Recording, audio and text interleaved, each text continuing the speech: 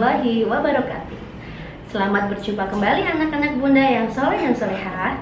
Bagaimana kabarnya? Mudah-mudahan kalian semua dalam keadaan sehat dan bisa belajar dengan penuh semangat. Nah, jangan lupa di rumah sering cuci tangan, menggunakan masker saat keluar rumah, dan sarapan makanan yang bergizi. Nah, untuk mengawali pembelajaran pada hari ini, mari kita baca bacaan basmalah bersama-sama. Bismillahirrohmanirrohim. Hari ini kita akan belajar pembelajaran tema 1 dengan muatan IPA dengan materi bunyi. Seperti yang kalian tahu, di Indonesia itu beragam sekali.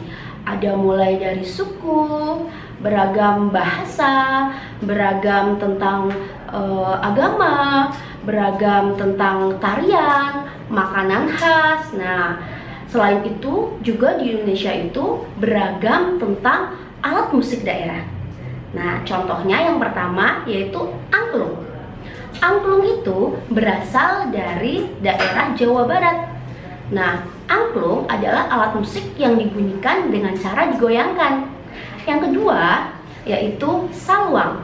Saluang adalah alat musik yang berasal dari Sumatera Barat dan dibunyikan dengan cara ditiup. Yang ketiga yaitu tifa. Tifa adalah alat musik yang berasal dari Maluku dan Papua. Nah, cara membunyikannya dengan cara dipukul.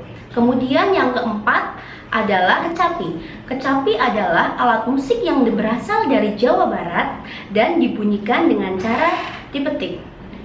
Dari semua alat musik yang telah Bunda jelaskan, nah, alat musik tersebut akan menghasilkan sebuah bunyi. Dan bunyi itu akan terdengar oleh telinga kita.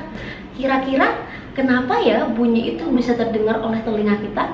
Ada yang tahu? Betul, karena bunyi alat musik tersebut menghasilkan sebuah getaran yang getaran tersebut akan merambat. Nah, getaran yang merambat tersebut dinamakan dengan gelombang. Nah, jadi semua bunyi berasal dari benda yang bergetar. Semua benda yang bergetar dan dapat menghasilkan bunyi itu disebut dengan sumber bunyi. Nah, sekarang teman-teman tahu nggak sih apa itu bunyi? Ada yang tahu? Oke, bunyi itu adalah hasil dari getaran dari suatu benda yang merambat melalui gelombang atau yang sering bisa kita sebut yaitu benda yang bergetar. Nah, di sini ada 3 media perantara dari bunyi. Yang pertama, bunyi itu bisa merambat melalui udara. Contohnya, ketika kita sedang berbicara dengan teman kalian, teman kita sendiri, kita bisa mendengar suara kita dan suara teman kita. Yang kedua, contohnya kita biasanya menggunakan lonceng. Lonceng kalau kita bunyikan, nah kita akan mendengar suara lonceng tersebut. Nah, itu yang pertama. Yang kedua yaitu bunyi bisa merambat melalui benda padat. Contohnya, kalian sedang bermain dengan teman kalian, kalian menempelkan kuping kalian di tembok. Nah, teman kalian disuruh mengetuk tembok tersebut. Nah, di situ kalian akan mendengar suara ketukan melalui tembok. Kemudian yang ketiga yaitu bisa merambat melalui benda cair, yaitu ketika kalian memasukkan air ke dalam ember.